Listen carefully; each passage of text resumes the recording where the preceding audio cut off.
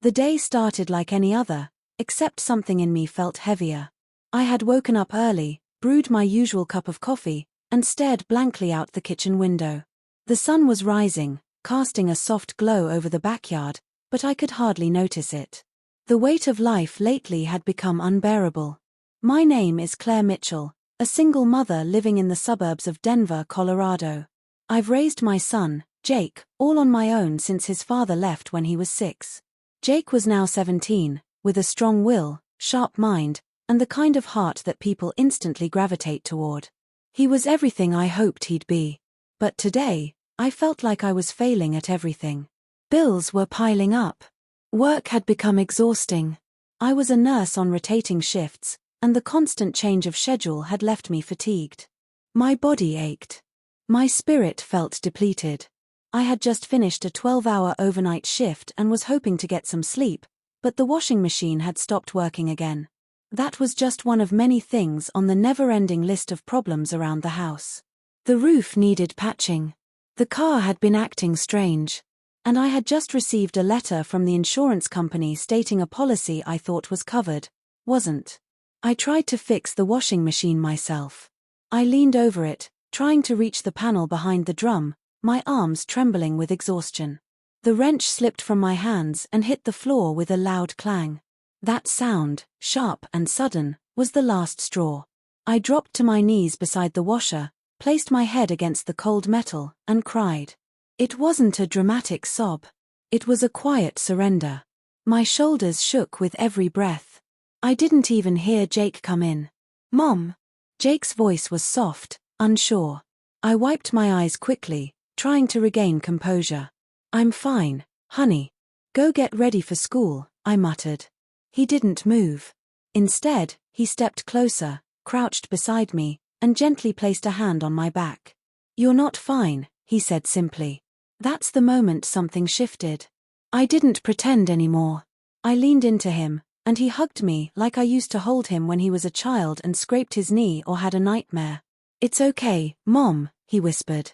"I've got you." That weekend, everything changed.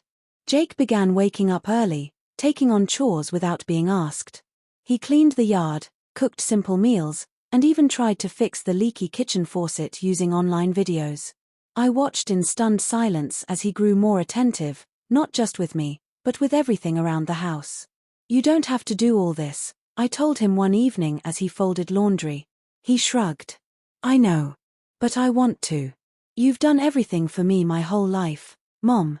I think it's time I start doing something for you." We started spending more time together. He'd tell me about school, his friends, and even the girl he liked in class, Samantha. I offered advice when he wanted it and stayed quiet when he didn't. In return, he listened when I vented about work or bills or life.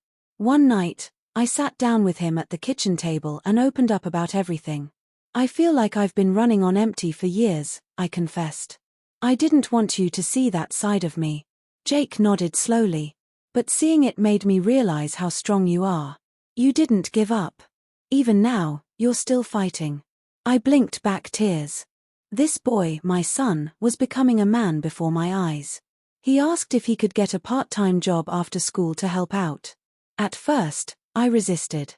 I wanted him to focus on his studies. But he was insistent. "It's not forever. Just until things settle down." Eventually, I agreed, and he began working weekends at a local grocery store. He'd come home smelling like bread and freezer air, but with the biggest smile. He even started saving for college again, something we had put on the back burner for years. Over the months, our home felt lighter. Not because the struggles went away, but because we were facing them together.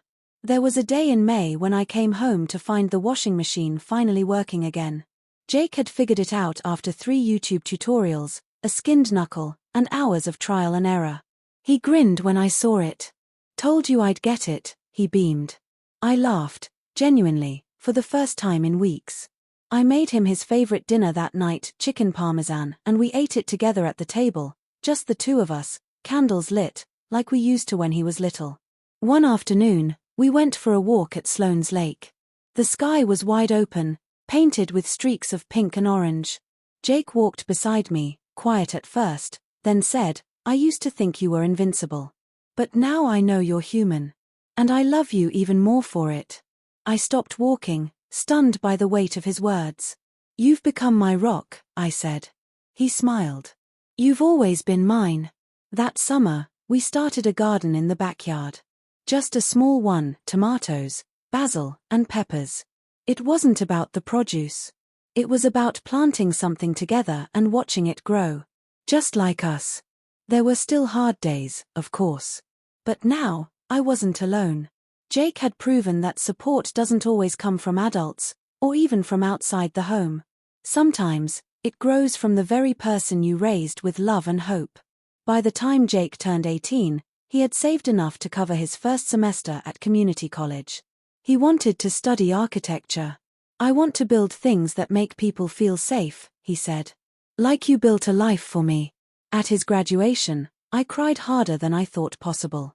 He walked across the stage, confident, with eyes full of determination. Afterward, he found me in the crowd and hugged me tight. "We did it, Mom," he whispered. And he was right. We had. Our bond had transformed. We weren't just mother and son anymore, we were a team, battle-tested and resilient. I had once felt broken and tired, ashamed that my son had seen me at my weakest. But it was in that moment of struggle that something beautiful was born. He didn't just see my pain, he stepped into it, chose to stand beside me, and grew into the kind of man this world desperately needs more of. Years later, when he moved into his college apartment, he left me a note on the fridge. It read, "Thank you for being the strongest woman I know. You taught me everything, how to love, how to fight, and how to never give up. I'll carry that with me forever." I kept that note. It sits folded in my wallet, worn from the times I've read it over and over. I still face struggles, but now I know I never face them alone.